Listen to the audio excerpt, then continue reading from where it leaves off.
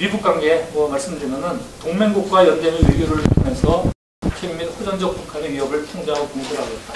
즉 프린시플드 디플로머시, 원칙에 입각한 대북 접근을 하겠다라고 강조를 하고 있고요. 북한과의 외교를 지지를 합니다. 그걸 하겠다.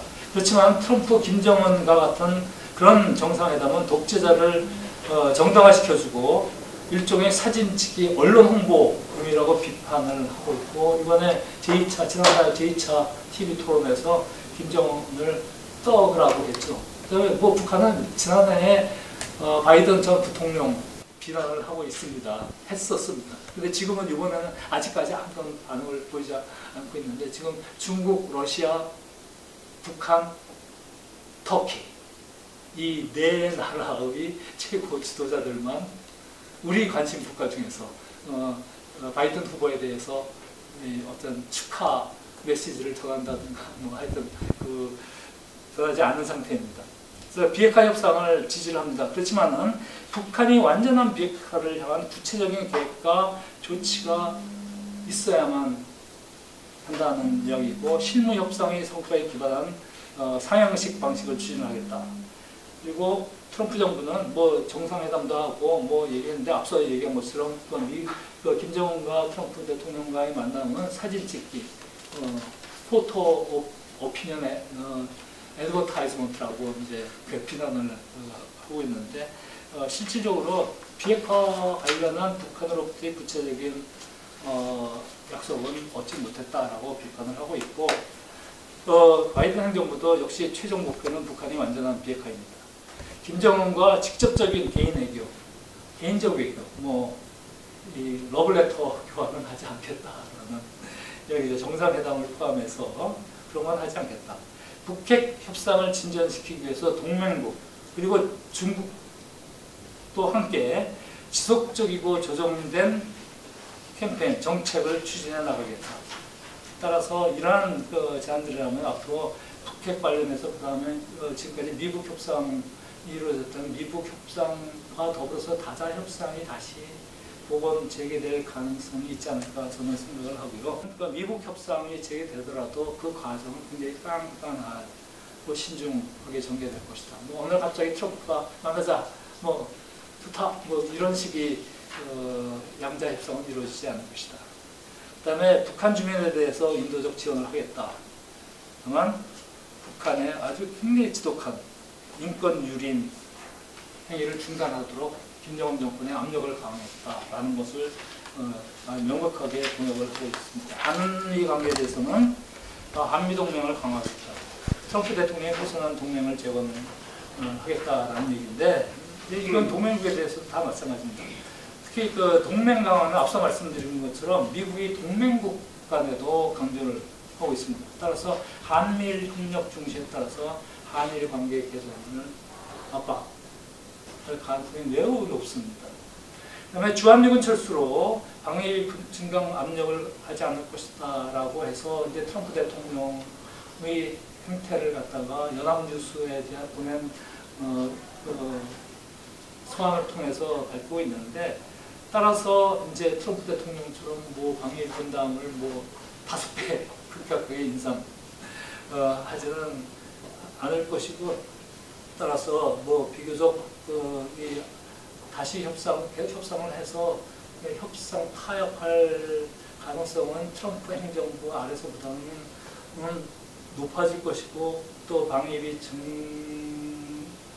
대분도 비교적 합리적 수준으로 타결될 것으로 기대를 합니다만은, 동맹국의 비용 분담 증대 필요성은 워싱턴 민주당도 마찬가지입니다. 민주당 공항에서도 분명히 기록하고 있기 때문에 한국 정부가 이건 저 개인적인 생각인데, 트럼프 행정부랑 협상을 해서 우리가 올려주겠다는 13%보다는 더 올려주는 그런 제안을 할 필요가 있지 않을까 생각을 하고, 기존에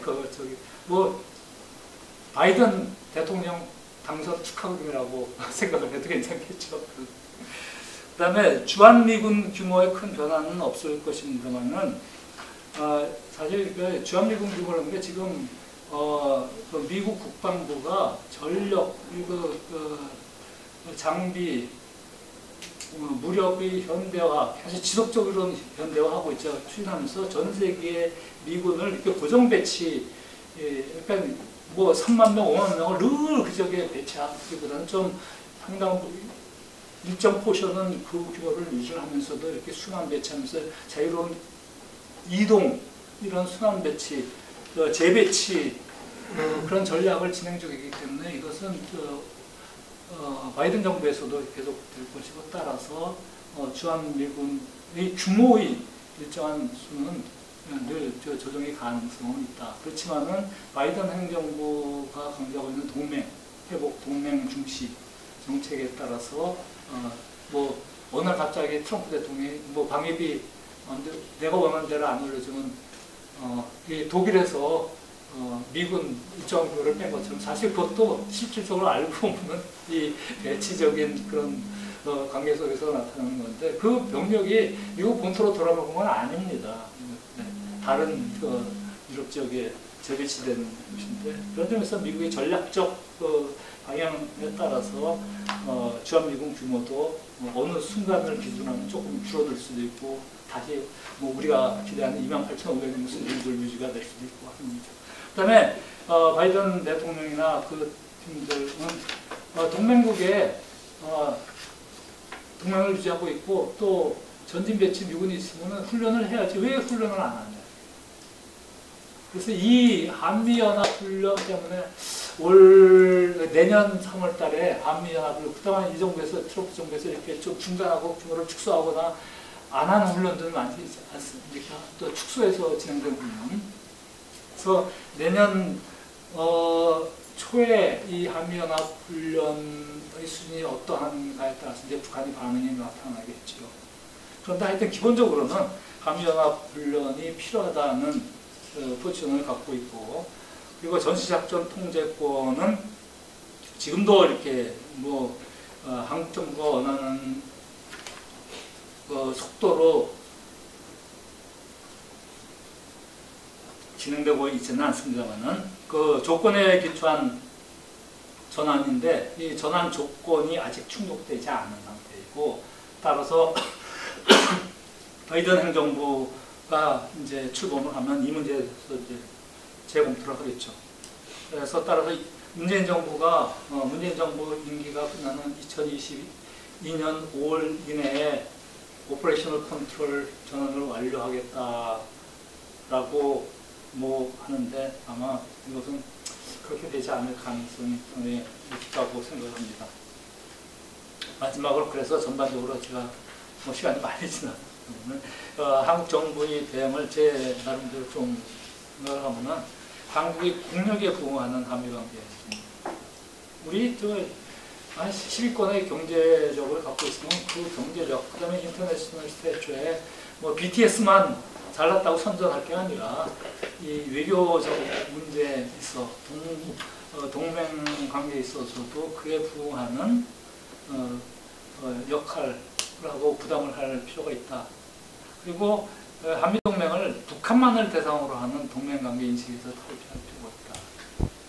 사실 1954년 10월 달에 발효된 한미상호방위조약에도 보면은 양국의 이 디펜스 범위는 태평양까지 수치입니다. 한반도만이 아닙니다. 그런데 이제 우리는 이제 한반도만, 북한만을 그게 통하지 않는 거죠. 그 다음에 민주주의, 인권, 시장, 경제 등 공유가치 기반한 신뢰 축적이 필요한데, 뭐 인권 문제에 뭐 한마디 보시면은 유엔 인권위에서 매년 북한 관련 인권 결의안을 제안을 하는데, 올해 한국 정부는 또 빠졌죠. 국무제한국에서 빠지고 아마 기권할 가능성이 아주 높은데, 지금 12월 달에 만약에 올 유엔 총회가 폐회되기 전에 유엔 총회에서 결의안 투표를 한다면은, 이 점에 있어서 우리 정부가 다시 한번 생각을 해야 되죠. 축하 메시지를 문 대통령이 보낼 때도 보면은, 이거는 정말 당선자를 지칭해서 축하를 하는 것인지 아닌지 애매모호하게 그냥 양국의 관계는 돈독하다. 그래서 앞으로 뭐 관계를 발전시켜 나가자 이렇게 얘기를 했잖아요. 그리고 비서관 수석보좌관 회의에서 그 자리에 앉아서 뭐 당선자와 뭐 카메라 뭐 부통령 당선자에 대해서 뭐 언급을 했는데 떳떳하지 못하겠다. 그냥 대한민국이 민주주의, 인권, 시장 경제 이런 가치를 공유하겠다. 그 트위터에서 보낸 것처럼 쉐어드 밸류, 쉐어드 인트레스트에 기반한 양자관계를 발전시켜 나가자 하면은 바로 이런 곳에 떳떳해야 되는데 그렇지 못하기 때문에 그렇게 애매모호한 트윗을 날린 것인데 이번에 그래서 저는 유엔 인권 이사에 아주 최종 표결이 안 됐을 것 같아요. 그거 공동 제안국은 아닙니다. 빠졌습니다. 근데 만약 최종 그 표결이 유엔 총회 끝나기 전에 유엔 총회에서 이루어진다면은 기권할 게 아니라 찬성을 해야 되지 않을까라는 개인적인 생각을 갖고 있고 싫어하겠죠 이 정부는. 그다음에 한미 간 북한 비핵화 목표 및 전략을 재정립을 하고 공동 행동 계획, 그 조인트 액션 플랜을 좀 우리 마련해서 구체적으로 협상을 미국과 협상을 해서 공유를 할 필요가 있다. 그래서 북핵 포함을 한 북한 변화를 위한 공동 전략도 바이든 행정부, 바이든 대통령이 나이가 워낙 많기 때문에 4년만 할 가능성이 있다는 또 논의가 있습니다. 이게 토크사가들이 이야기가 있습니다만은 그동안 못했던 것처럼 한미 간에 북한에 관한 중장기 전략을 협의를 해서 공동 연구를 해서 마련할 필요가 있고 그 다음에 그런 것이 일단 마련이 되면은 양국에서 정권이 어떻게 교체가 되더라도 그런 공동 연구 결과물이 있으면 그걸 기초로 해서 또 다시 진행될 테니까 이런 걸 할 필요가 있다. 그리고 김정은 정권이 비핵화 의지에 대한 냉정한 판단에 기반해서 현실주의 정책을 기반하고 추진할 필요가 있다. 바이든 후보가 당선이 되니까는 종전선언을 갖다가 비핵화를 위한 입구로 다시 적극적으로 하자라고 이른바 현 정권의 외교 안보 이렇게 이런저런 방식으로 목소리를 높이고 있는 관여하고 있는 분들이 종전선언은 사실 종전선언 얘기하면 북한의 기존 행태에 우리가 기존의 행태를 앞으로의 행태의 충고로 삼자면은 북한은 그 직후 유엔사 해체, 또 주한미군, 그래서 한미연합 군사훈련, 영구 중단 이런 얘기 나올 겁니다.